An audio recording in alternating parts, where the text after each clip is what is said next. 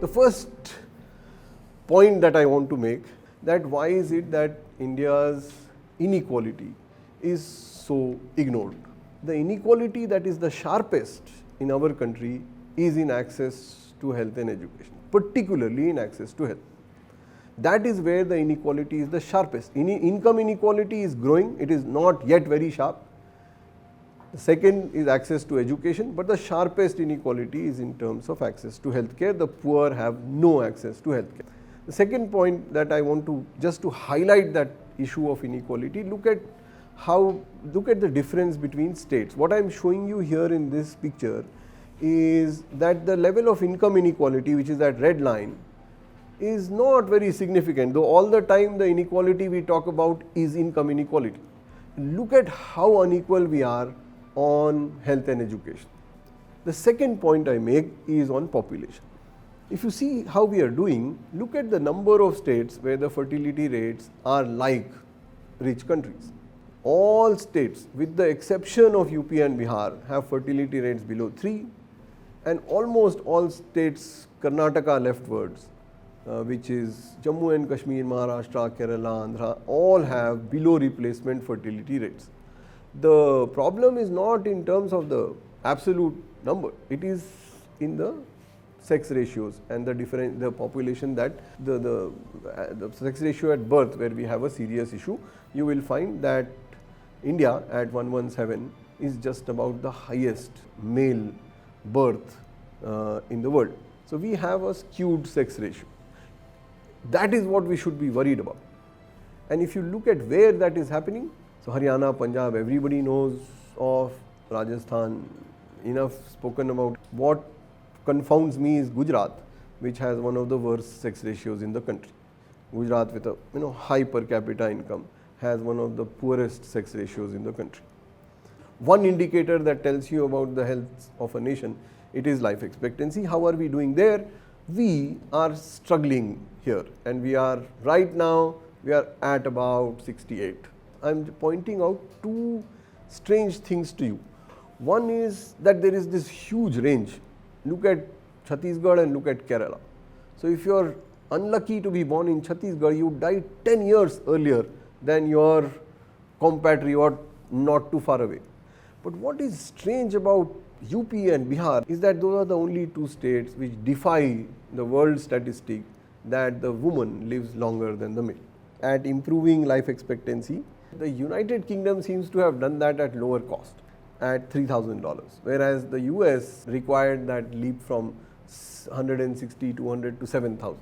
We have about 60 million people who are being pushed into poverty because of one episode of illness. The question that we often ask, how much are we spending as percentage of GDP? Right now we are looking at 1.2% of GDP. We are talking about 2% of GDP in 2025. We are assuming that we will do 2% of a 5 trillion GDP. And that 5 trillion now is seriously under doubt. So even if we do 2%, we will be doing 2% of some 3.5 trillion, which means that we are talking about a gap of about $100 billion. That is the hugely significant issue. And the next point, that is healthcare a public good, is it a private? So this debate that we are having now, particularly catalyzed by Ayushman, is that it is the private sector that should take over. Arrow's simple principle is that the healthcare cannot be given to the private sector. You go down all the way to Becker or to Amartya Sen, you have the same answer, that public good, that health as a public good is different from any other goods or services. Therefore, the point that we make is that healthcare has to be universal. See, the problem with not having a universal scheme is then deciding who to provide the scheme to. And then you have these bizarre, lengthy set of criteria that become so vague that it is almost always difficult to provide it to people who need that service. If you see universal healthcare, it is not a fancy idea. We can reach universal healthcare through several means. To achieve a universal healthcare, you either need taxation, in almost all areas our tax rates are lower than most countries. Reducing tax rates imposes a great burden. The important thing here is to look at where we are going to get that money from given lower tax rates and this constant urge to lower tax rates further. Earlier on, the models that we had, the three models that were very interesting ones, the RSBY, which is the precursor. RSBY was the first medical insurance backed universal healthcare mechanism, but RSBY for some reason just disappeared and got dropped completely without studying the causes. Same with the Janani Suraksha Yojana, great scheme targeted at pregnant women, and the big one which is the precursor to Ayushman, which is called Arogya Shri. Arogya Shri was an astounding experiment in Andhra Pradesh where universally all costs of hospitalization were borne by the government. Very high cost scheme, but tremendously successful. What happened with Ayushman?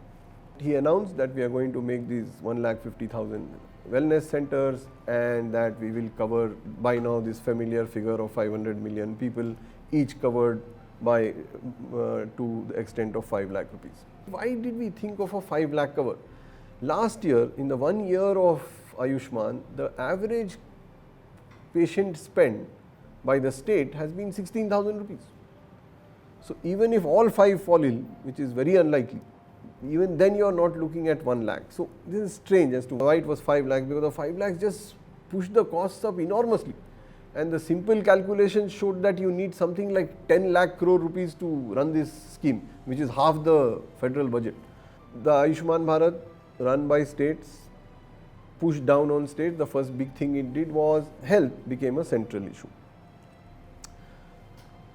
The push was that there will be that Ayushman will be insurance led. Now this was the first question on Ayushman that people got thinking about. That can health insurance, which has never worked in the country, can it now magically start working? As I said, the first thing that was said was Ayushman will work with private hospitals. Assumes that we have capacity in our private hospitals. Each doctor in India caters to 11,000 people. We do not have doctors in the country. That's a major assumption.